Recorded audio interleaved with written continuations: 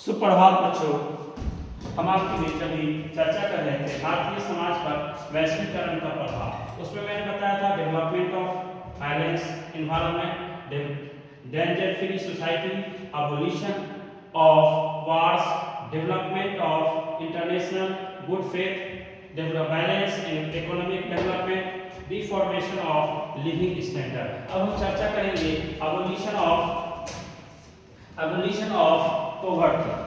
abolition of poverty, जिसको हम आप गरीबी उन्मूलन के नाम से जानते हैं। और गरीबी उन्मूलन आज हमारे समाज के लिए काफ़ी दर्जा का बहुत ही घिनौना एक रूप है, जिसको हम आप गरीबी उन्मूलन के नाम से जानते हैं। सभी विकसित देशों के अंदर इस बात की ओर ज़्यादा से ज़्यादा ध्यान केंद्रित किया जाता है कि विकासशील देशों में से इस बात के लिए भी ध्यान रखा जाता है कि वहाँ की गरीबी रेखा को सबसे पहले दूर किया जाए। और जब किसी भी विकासशील देशों के अंदर जो पूंजीपति लोग होते हैं वो अपने पूंजी का निवेश करके रोजगार उपलब्ध कराते हैं और रोजगार उपलब्ध करा करके इस क्षेत्र में काम करते हैं। जैसे विश्व बैंक अपने अनुदान का उपयोग करता है और विश्व प्रणाली के संदर्भ में सभी देशों के लिए बहुत ही महत्वपूर्ण और लाभदायक सिद्ध हुआ करता है।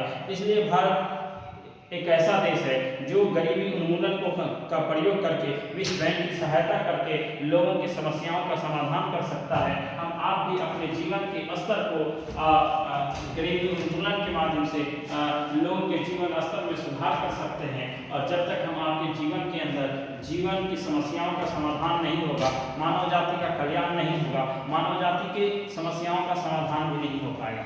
इसलिए हम आपके लिए जरूरी है कि हम गरीबी उन्मूलन पे काम करें। और गरीबी उन्मूलन पे उसी समय काम कर सकते हैं जब हम देश के हर गरीब कमजोर तबका के लोगों से मिलेंगे, उनकी समस्याएं सुनेंगे, उनका समाधान करेंगे, उनकी गरीबी खत्म करने में सहयोग करेंगे और उनके दिशा निर्देशन देने के लिए हम अपने आप को लाभदायक सिद्ध करेंगे।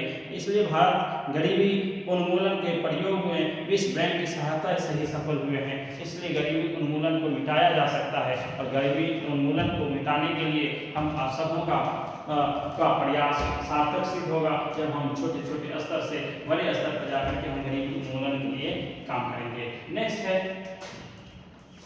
सॉल्यूशन ऑफ प्रॉब्लम्स, समस्या का समाधान।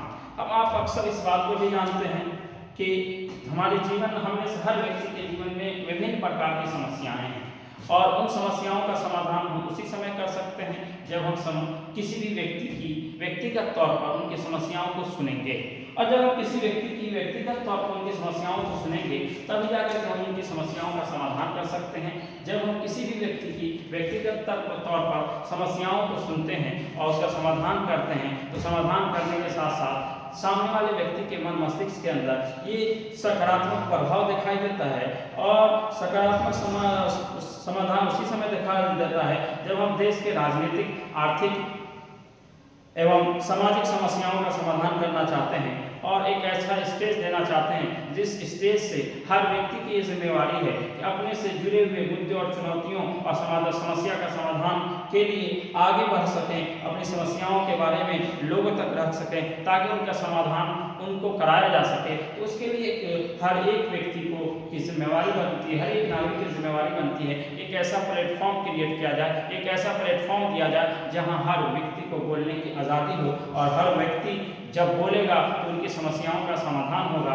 इसलिए कि हम आप अपने जीवन के अंदर प्रयासरत रहते हैं और जैसे अमेरिका जैसे देशों में भी इस बात के लिए बहुत ज़्यादा ध्यान दिया जाता है कि वहाँ के लोग ज़्यादा से ज़्यादा विभिन्न प्रकार के मुद्दे और चुनौतियों पे काम करते हैं और जैसे ही काम करते हैं उनके जीवन की समस्याओं का समाधान भी होता है। और समाधान होने के साथ साथ उनके जीवन से जुड़ी हुई समस्याओं का समाधान इसलिए होता है कि वहाँ के लोग सहायता भी करते हैं और आश्वासन भी देते हैं कि आगे भी मैं सहायता करता रहूँगा ताकि मानव के जीवन से जुड़ी हुई सारी समस्याओं का समाधान तत्परता के माध्यम से हो सके। और किसी भी मानव जाति का कल्याण उसी समय संभव हो सकता है जब उनकी समस्याओं पर काम किया जाए और उसको समाधान ढूंढ कर दिया जाए। और जब तक हम किसी को भी ढूंढ कर उनकी समस्या का समाधान नहीं बताएंगे इस समस्या का ये समाधान हो सकता है, इस गरीबी से निकलने के लिए आपको ये प्रयास करना होगा जब तक सटीक उत्तर नहीं मिल जाता है, सटीक रास्ता नहीं मिल जाता है तब तक मानव की जीवन की समस्याओं का समाधान संभव नहीं हो सकता है। नेक्स्ट है development of scientific method. Next है डेवलपमेंट ऑफ साइंटिफिक मेथड, जिसको हम आप वैज्ञानिक विधियों का विकास के नाम से जानते हैं।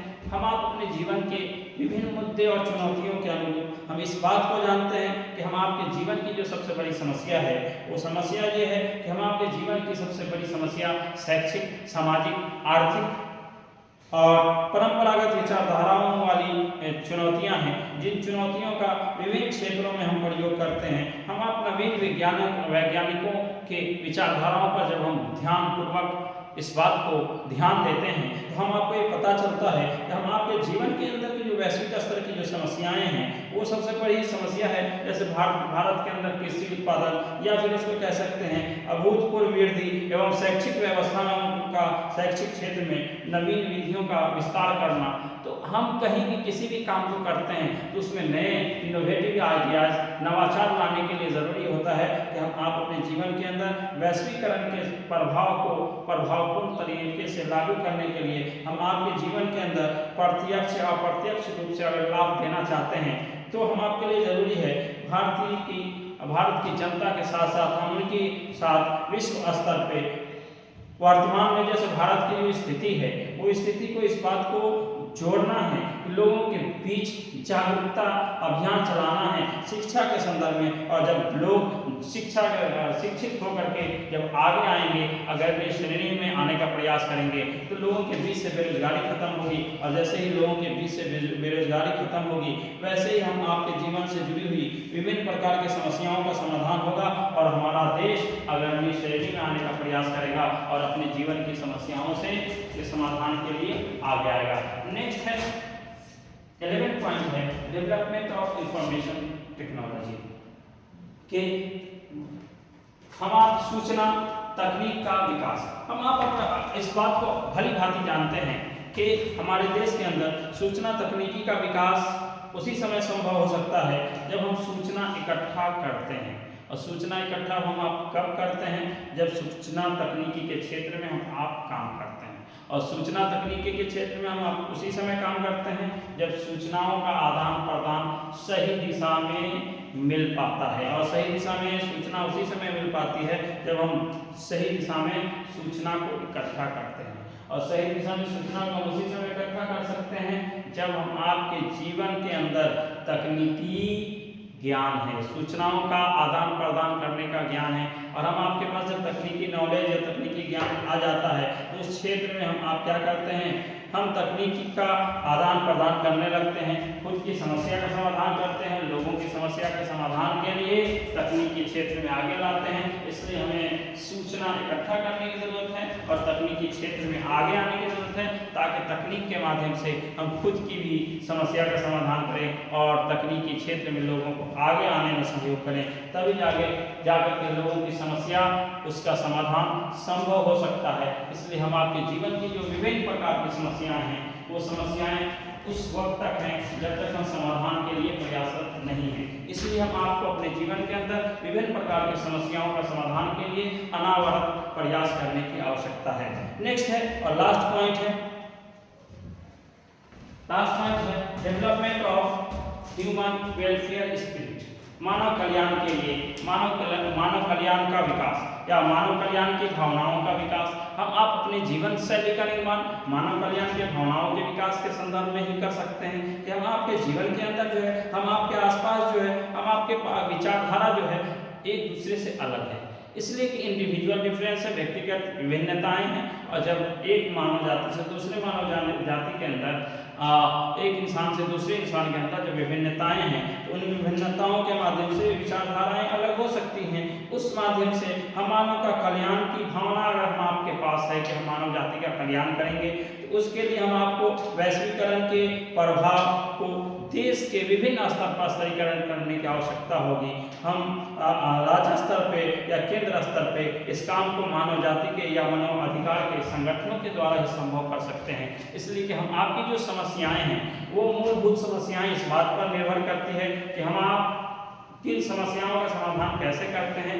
अगर किसी भी बड़ी से बड़ी समस्याओं का समाधान अगर आसानी से करना चाहते हैं, आपके पास साधारण व्यवहार है और आप साधारण तरीके से किसी भी व्यक्ति के व्यक्त करने के साधन से भी बनते हैं तो आप किसी की भी समस्या का समाधान आसानी से कर सकते हैं। अगर आपके मन मस्तिष्क में जगह है कि हम लोगों के कल्याण के लिए काम करें, हम लोगों के विकास के लिए काम करें, लोगों की समस्याओं से अवगत होकर के उन पर काम करें, तो आप अपने जीवन के अंदर इंसानियत के क्षेत्र में काम कर सकते हैं और लोगों के लिए सजग रह सकते हैं। और आप आर्थिक प्रतिबद्ध हैं कि आप अन्य देशों की तरह अपने देशों को भी विकसित देशों में ला सकते हैं और महत्वपूर्ण दिशा निर्देशन में पथ प्रदर्शक की भूमिका में आगे आ सकते हैं। धन्यवाद, आभार। आप लोगों से रिक्वेस्ट है कि आप हमारे चैनल को लाइक करें, शेयर करें और सब्सक्राइब करें ताकि मैं अच्छी से अच्छी वीडियो के साथ आप तक उपस्थित हूँ। धन्यवाद, आभार।